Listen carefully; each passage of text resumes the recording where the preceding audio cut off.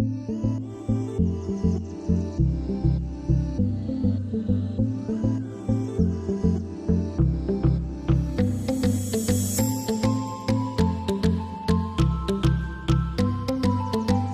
హృదయమును కలవరపడనీయకుడి.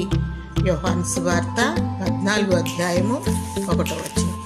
ప్రభు అయిన యేసుక్రీస్తు వారు కల్వరి శిల్వలో రక్తము కార్చి మరణించి 3వ నాడు లేచాడు.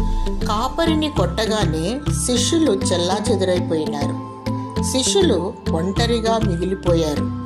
కలవరపడుచుండగా, నేను స్థలము సిద్ధపరచ వెళ్ళుచున్నాను, నేనే మార్గమును సత్యమును జీవమునై ఉన్నాను, నేను మీకు తోడుగా ఉంటాను, మిమ్మును ఎడబాయను, భయపడకుడి, ధైర్యము తెచ్చుకొనుడి, నేను మరలా వచ్చి మిమ్మును తీసుకొని వెళ్తానని ప్రభువైన యేసుక్రీస్తు వారు సెలవిచ్చారు.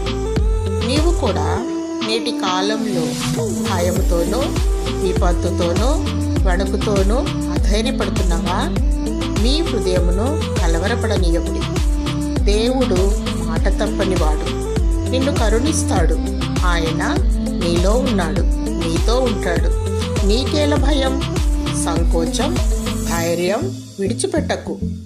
సత్యవాక్యమును మనసులో నిలుపుకొనుము. నిష్కల్మషముగాను నిందారహితముగాను సిద్ధపాటు కలిగి ఉండుము. దేవుడు నీకు ఆదరణ, ధైర్యము దయచేయునుగాక. ఆమేన్.